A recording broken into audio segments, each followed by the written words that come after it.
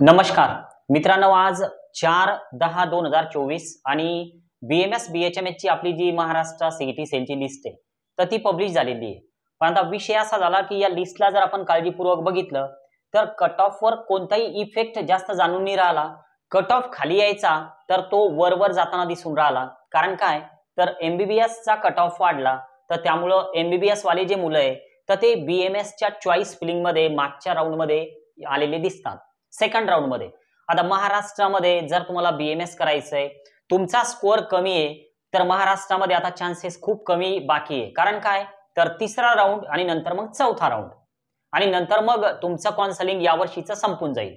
आता जर समजा तुम्हाला असं वाटतं की सर स्कोअर जो आहे तर तो थोडा कमी आहे, आम्ही 350 च्या आतमध्येच आहे पण आम्हाला BMS याच वर्षी करायचं, तर अशा वेळेस आपल्याकडे काही स्टेट आउट ऑफ स्टेट जाण्यासाठीचे मार्ग जे असतात तर ते मी या व्हिडिओ मधून तुम्हाला सांगतोय।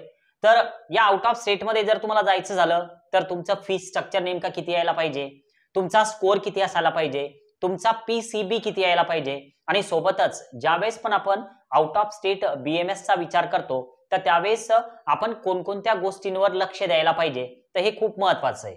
बघा आता जर समजा आपण आउट ऑफ स्टेटचा विचार केला तर यामध्ये तमिळनाडू आहे, त्यानंतर कर्नाटक आहे, या साइडचे हे जे स्टेट आहे तर तमिळनाडू आता त्यामध्ये बऱ्यापैकी जे त्यांचं जे सीट्सचं बुकिंगचं जे प्रमाण असतं तर ते संपलेलं आहे।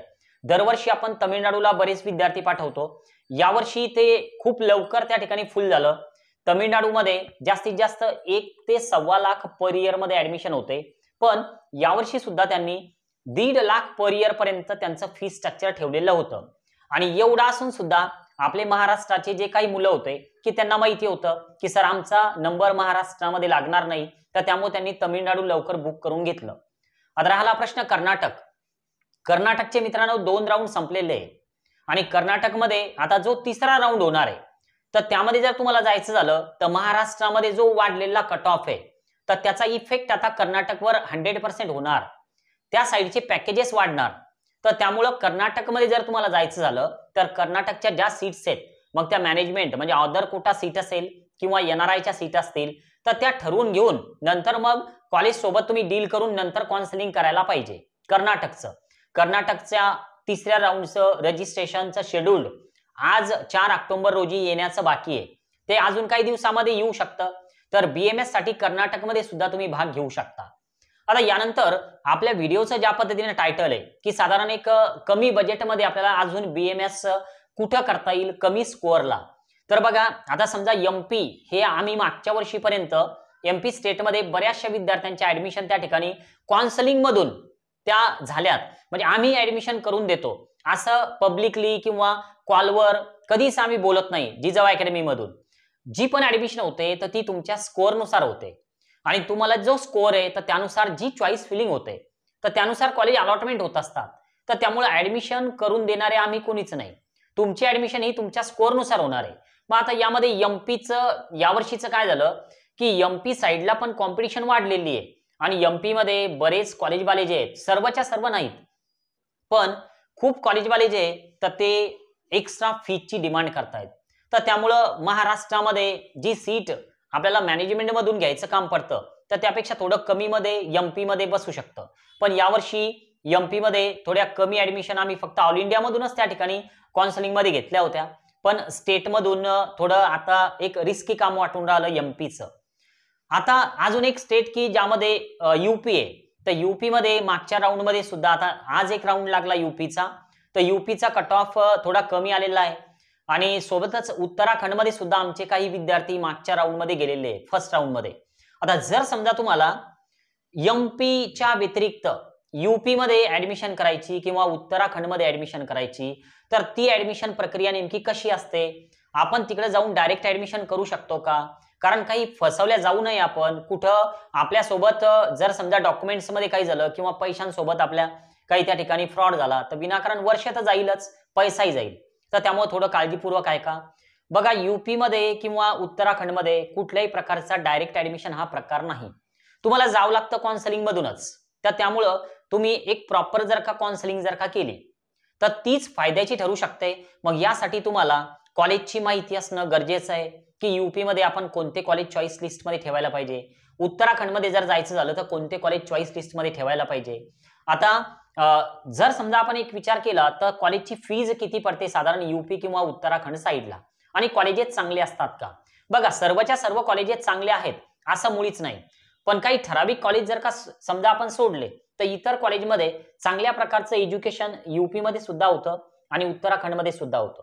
फक्त तुमची तयारी पाहिजे, कारण महाराष्ट्रातले बरेच विद्यार्थी आता तिकडे जाऊन राहिले, मागच्या राऊंडमध्ये सुद्धा गेले, या राऊंडमध्ये सुद्धा ते इंटरेस्टेड असणारच आहे. त्यामुळं महाराष्ट्राचा वाढता कट ऑफ जो आहे तर तो जर का आपण विचारात घेतला तर नक्कीच आपण यूपी किंवा उत्तराखंड प्रेफर करायला पाहिजे. फी किती जाणार नेमकी? तर बघा, साधारण 2,04,000 पासून पर इयर, 2,04,000 पर इयर पासून सुरुवात होते. मग जर समजा आपल्याला 2,04,000 वाला कॉलेज जर का मिळालं तर 4.5 वर्षाचं फी स्ट्रक्चर असतं. म्हणजे तुम्ही कॅल्क्युलेट करू शकता, साधारण 9-9.25 लाखामध्ये तुमचं बीएमएस कॉलेजचा खर्च कंप्लीट होईल. आता इतर हॉस्टेल मेस तर ते तुम्हाला महाराष्ट्रातही लागणार आहे, आणि ज्यावेळेस तुम्ही आउट ऑफ स्टेट जाणार तर त्या ठिकाणी तुम्हाला लागणार आहे. तर त्यामुळे हॉस्टेल मेसचा जो पण खर्च आहे तर तो तुम्ही विचारात घेऊ नका. महाराष्ट्रामध्ये सीट मिळाली तरी तो तुम्हाला लागणार, आउट ऑफ स्टेट जायचं काम पडलं तर तो लागणारच आहे. तर त्यामुळे फक्त कॉलेजच्या फीजचा विचार करा. आता उत्तराखंडमध्ये बरेचसे कॉलेज असे आहे की ज्यांचं फी स्ट्रक्चर 11-11.25 लाखापर्यंत जातं. 11,05,000 एक चांगलं बेस्ट टॉपचं कॉलेज सुद्धा तुम्हाला मिळण्याचे जास्तीत जास्त चान्स आहे. पण जर समजा महाराष्ट्राचा तिसरा राऊंड पाहून नंतर मग यूपी उत्तराखंड साईडला जायचं जर झालं तर तिकडचे कट ऑफ पण नंतर वाढत जातील, कारण ऑल इंडिया मधून ह्या ऍडमिशन होतात. आता राहिला प्रश्न की सर स्कोअर पीसीबी, बघा आता काही स्टेट असे आहे की ज्यामध्ये पीसीबी तुमचा कॅटेगरीचा सुद्धा चालतो. तर आता तुम्ही जर तयार असाल तर नक्कीच तुम्ही आमच्यासोबत संपर्क करायला पाहिजे. संपर्क करण्यासाठी एकच माध्यम आहे, कॉल जो आहे तर तो लागणार नाही. 84-59-81-89-23 या नंबरला व्हॉट्सअपला मेसेज करा की नेमकं तुम्हाला कोणत्या स्टेटचं काउन्सिलिंग करायचं. काउन्सिलिंगची फीज वेगळी असते, महाराष्ट्राची वेगळी, आउट ऑफ स्टेटची वेगळी. पण जोपर्यंत तुम्ही मिनिमम रजिस्ट्रेशन फीज आमची अकॅडमीची पे करणार नाही तर तोपर्यंत तुम्हाला इकडनं कॉल किंवा इकडनं ग्रुपमध्ये ऍड सुद्धा केलं जाणार नाही, स्पष्ट सांगतोय. कारण मागच्या राऊंडमध्ये, त्याच्या मागच्या राऊंडमध्ये बरेचसे विद्यार्थी आहे की sir UP BMS, sir Uttarakhand BMS, Karnataka BMS व्हॉट्सअपला मेसेज करतात. आपण रिप्लाय जरी दिला, परत यूपीचा व्हिडिओ बनवला, पुन्हा यूपी बीएमएसचा मेसेज, उत्तराखंड बनवला, पुन्हा उत्तराखंड. तुम्ही किती जरी मेसेज केले, तुम्हाला इकडनं कॉल तेव्हाच येईल जेव्हा तुम्ही आमच्या रजिस्टर्ड विद्यार्थ्यांच्या ग्रुपमध्ये ऍड व्हाल. ओके, आणि त्यामध्ये ऍड होण्यासाठी महाराष्ट्र स्टेट काउन्सिलिंग फीज जी आहे की जी या वर्षीसाठी आम्ही 6,000 रुपये ठेवलेली होती, तर ती मिनिमम तुम्हाला सुरुवातीला पे करावी लागेल.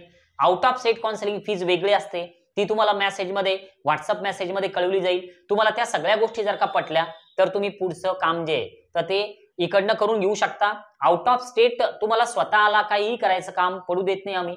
सगळ्या प्रक्रिया ज्या आहे तर त्या इकडेच होतात. तुम्हाला फक्त काउन्सिलिंग फीज अगोदर जमा करावी लागते. जर तुम्हाला कॉलेज नाही मिळालं तर काही refund policy out of state साठी, तर त्यानुसार तुम्हाला ते रिफंड सुद्धा दिलं जातं काउन्सिलिंग संपल्याच्या नंतर. तर त्यामुळे तुमची इच्छा आहे की सर यूपी मध्ये साधारण 2-2.5 लाख पर इयर वाला कॉलेज मिळालं तरी चालतं.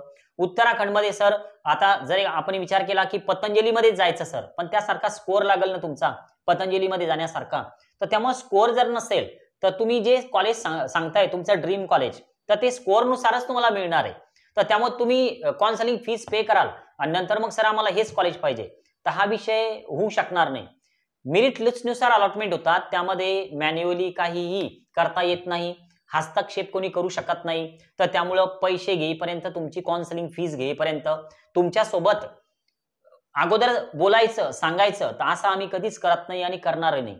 तुम्हाला पटत असेल आमची काउन्सिलिंग फीज, तुम्हाला मिळणारा कॉलेज तुमच्या स्कोअरनुसार, जर तुम्हाला या गोष्टी पटत असतील तरच फी पे करा, नाही तर फी पे करू नका. ओके, आज आपण या ठिकाणी थांबूया. बाय.